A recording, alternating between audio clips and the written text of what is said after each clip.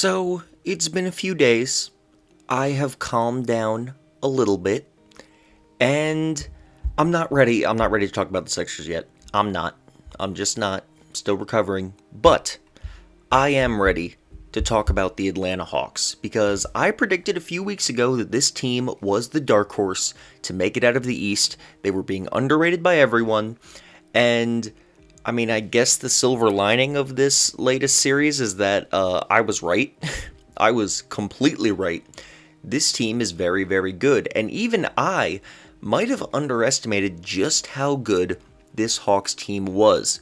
They are a contender. I'm gonna be honest. I think this team is a contender right now, and because of that, I believe the Atlanta Hawks are going to make the NBA Finals. They're going to beat the Bucks in the Eastern Conference Finals, and a lot of people probably disagree with that. So let me explain why those people are wrong.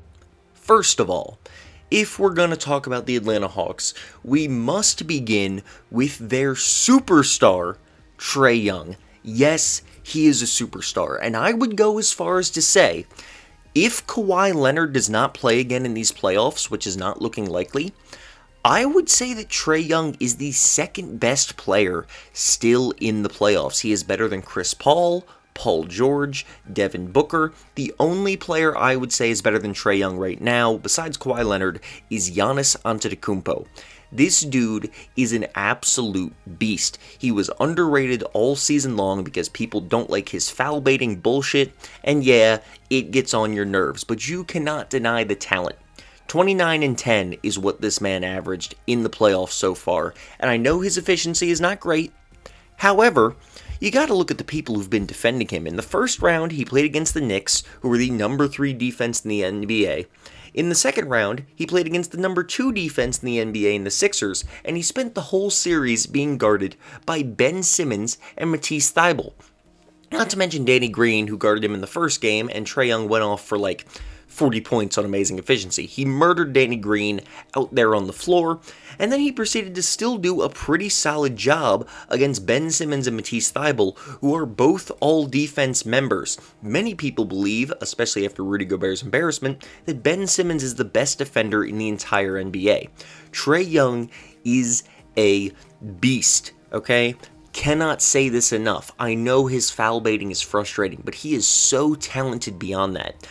I would also go as far as to say that besides, I really want to say just Steph Curry, Trae Young is the best scoring/playmaking threat, dual threat, in the NBA. Damian Lillard might be up there too, and you can kind of throw in Jokic or even LeBron James, but I gotta say, I think number 2 is Trae Young.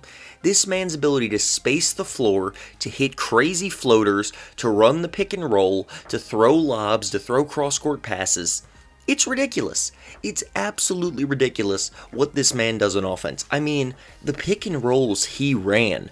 You can look at basketball breakdowns videos on it. They did, a full coverage of it, but Trae Young in the pick and roll is an absolute killer. An absolute killer. And it's crazy because this is a play that's been around forever, that everyone knows about, everyone theoretically knows how to defend, and Trae Young just makes it absolutely unstoppable. He makes it absolutely unstoppable. He is a monster in the pick and roll, abusing the second best defense in the league in the Philadelphia 76ers. It's ridiculous. He can go for floaters, he can pull up for the mid-range, he can obviously shoot the threes very well. He's ridiculous, and his lob passes are incredible. Now, Clint Capella and John Collins did a very good job in this series at catching those lobs, at finishing around the rim. John Collins shot pretty impressively from 3, and in fact, pretty much everyone on this team shot great from 3 besides Trae Young and Bogdanovich. John Collins shot 39%. DeAndre Hunter didn't play in this series.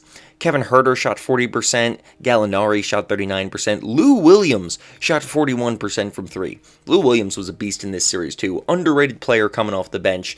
Gallo and Huerter were coming off the bench. They were torching the Sixers. absolutely beastly. It is incredible to have guys like Kevin Huerter and Bogdan Bogdanovic not being your primary scorers because they have very, very good shot creation ability on their own. The Sixers got torched by Bogdanovic early in the series, so they decided to start really covering him, probably the second most out of anyone who's not Trae Young. Like, they really started locking him down. And Kevin Huerter and Danilo Gallinari took advantage of that. Gallo's tall, he shoots over anybody. Huerter has a very similar floater package to Trae Young. Dude's a beast. Seriously underrated player. He was the best player in that Game 7 where the Hawks won. Had a career-high 29 points. Kevin Huerter's a beast. Needs more credit. John Collins was very good in this series. His defense was solid. Clint Capella, same thing. Joel Embiid was hurt, but at the end of the day, I mean, even with only 1.5 legs, Clint Capella did an okay job defending Joel Embiid. Obviously, Embiid did bully him for the most part, but a lot of people would have gotten it worse. I tell you, I don't know if anybody else who's in the Eastern Conference would have done a better job guarding Joel Embiid. All the other best defensive centers are in the West. So Capella does need a little bit of credit, even though he overall still got his ass beat. And he couldn't make free throws, but Ben Simmons couldn't make him either, so I can't really talk shit on that. Need to move on. Not gonna talk about Ben Simmons today. Not gonna cry about that right now. Anyway, the Hawks are beastly. Phenomenal offensive team. Underrated defensive team. They've got good rim protection with Capella and Collins. Their perimeter defense doesn't jump out at you as impressive, but the schemes they run are very good. They just have really good overall defensive communication. They play well. Even Trae Young. Part of it was on Doc Rivers for not targeting him, but for the most part, he avoids being the massive negative on defense that you've heard about him being. He does a good job double teaming, he does a good job closing back out on his man, whoever that may be. Yes, he's obviously defensive negative, but he's not the nightmare on defense that you expect him to be for his team. The Hawks are just an overall very, very solid team, and I have them making the finals. Now again, most people have the Bucks right now, and I understand. They're the Bucks. They've got the name. They've got the MVP in Giannis. Not this year's MVP, but you know what I'm saying. They've got the best player. They've got the more complete team on paper where they play on both ends. But look, after that Nets series, I have no faith whatsoever in the Bucks. There's a whole lot of people who are sitting there saying the Bucks are going to win the title. They managed to beat the Brooklyn Nets. They're unstoppable. And for those people, I've just got to ask, did you actually watch that series, or did you literally just see that the Bucks barely beat the Brooklyn Nets? Because the Bucks played like shit in that series. They started the series down 0-2. They barely won Game 7 in overtime, and this was not a healthy Brooklyn Nets team. I did not have any confidence in the Bucks watching them in that Game 7. It's crazy that they won. It's good for them, and I'm glad the Nets lost because I don't like them, but that was not an impressive win for the Bucks. They should have beaten this series in 5 or 6 games at most. Kyrie Irving played only the first 2 games, and he didn't play all of Game 2. James Harden only played Games 5, 6, and 7, and this was not real James Harden. If you watched the series, you saw this was being generous.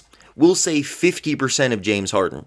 This series was Kevin Durant with 2 games of Kyrie, 3 games of a crippled James Harden, and Blake Griffin and Jeff Green being his main other contributors. Joe Harris played like shit. James Harden was terrible by his standards when he did play. Kyrie was out. Blake Griffin and Jeff Green were playing great, but they're Blake Griffin and Jeff Green. You cannot be letting these guys play great, especially since Giannis wasn't even guarding Kevin Durant. Who the hell was he guarding when Blake Griffin dropped 27 points? PJ Tucker was on Kevin Durant, so Giannis, what the hell were you doing? Mike Budenholzer did not impress me in this series. Giannis played very well, but Drew Holiday played like shit. And Chris Middleton was inconsistent as he always did. He had 3 very, very good games in this series, and I would say 3 to 4 games where he was average to being an absolute bum. Dude's super inconsistent, that's how he always has been. I do not believe in the Bucks whatsoever. They could not lock down Kevin Durant on his own. What the hell are they going to do against Trae Young, Bogdanovic, Huerter, Gallo, etc., etc., etc.? They give up a ton of three-pointers that played right into the Nets' hands. Well, guess what? The Hawks shoot a bunch of freaking three-pointers, guys. Trae Young, Bogdanovic, Collins, Gallo, Huerter. This team is full of three-point shooters. Even Lou Williams is apparently a three-point shooter now. They're going to kill him. They're going to cook the Bucks. And on defense, Giannis had a good series, but it wasn't some all-time great performance like we really expected against this weak Nets interior defense. Well, the Hawks have John Collins and Clint Capella, and while neither of them are, Joel Embiid level paint defenders, they're certainly a lot better than Blake Griffin and Jeff Green and Kevin Durant. They're going to do a much better job slowing down Giannis, keeping him at mortal stats than the Nets would do.